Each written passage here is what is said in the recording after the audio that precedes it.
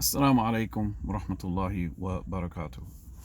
I just wanted to drop this little quick bit of benefit, this short reminder. Something happened today that sort of, alhamdulillah, it was a good reminder for me. For those of you who know or have seen some of my other stuff, I spent time in Kuwait. And while I was in Kuwait, there was an individual who was my superior, my supervisor, and he was bucking for position. He was in the power grab mindset.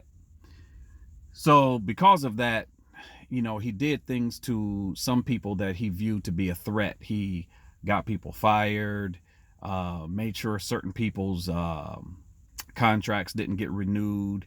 Some of his tactics to get rid of people were very underhanded and sneaky and sly. He made a lot of enemies with people, and he deemed me as a threat. So he found a way for me not to stay with the school that I was at. So I left. I come back, and now this COVID thing hits, this coronavirus. So I spoke to a friend of mine today. He contacted me from Kuwait, and I asked him how things were going, and he said, "Man, things are bad here in Kuwait." I said, "What do you mean?" He said, "This virus is spreading. It's like, exponentially getting worse. It's like hundreds and hundreds and hundreds of people." He said, to the point to where, everything is closed. He said supermarkets are closing, restaurants are closing, people are having problems getting food. And I'm like, in Kuwait? As rich as Kuwait is? Really? He said, man, people are not social distancing. They're still having these events called Diwaniya. For those of you who know what that is, it's like a social gathering that they have on the weekends. Everybody gets together and does, whatever it is they do with their specific Diwaniya. Some are more religious, some are not. Nonetheless, he said people are still doing that. So this virus is like really, really moving along. People are getting sick left and right. Everything is closed. Schools are closed.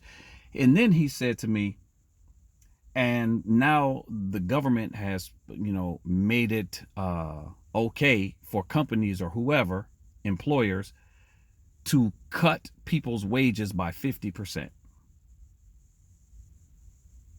So any contract that you sign basically doesn't mean anything, and they can pay you 50% of the contract that you signed. Now, in my situation, I was in Kuwait.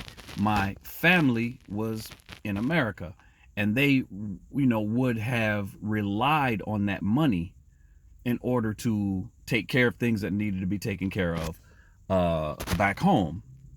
So that really would have been not good for me in my situation.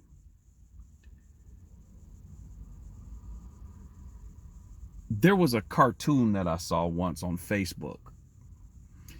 And this cartoon, it was a few frames of a cartoon.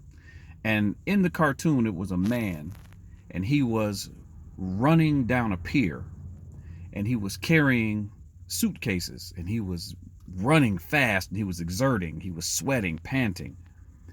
And the next frame, there was a police officer standing there with his hand up, indicating you can't go any further.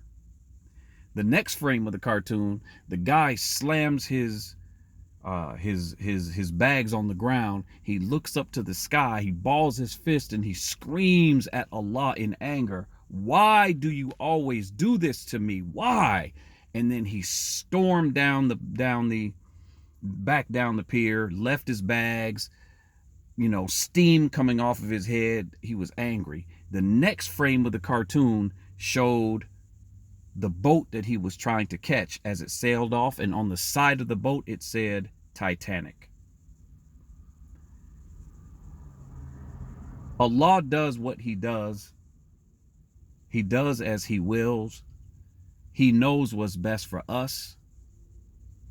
He may not give you what you want, but he gives you what you need.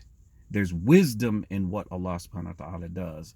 Although at the time you may not understand it, this is part of understanding what's called the qadr and accepting that which Allah has decreed.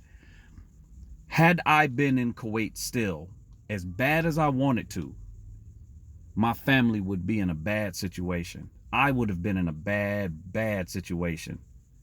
Having light access to food, not being able to pay bills back here in the States and take care of my family. So leaving Kuwait was the best thing that happened to me in this situation. Allahu Akbar. Assalamu alaikum wa rahmatullahi wa barakatuh.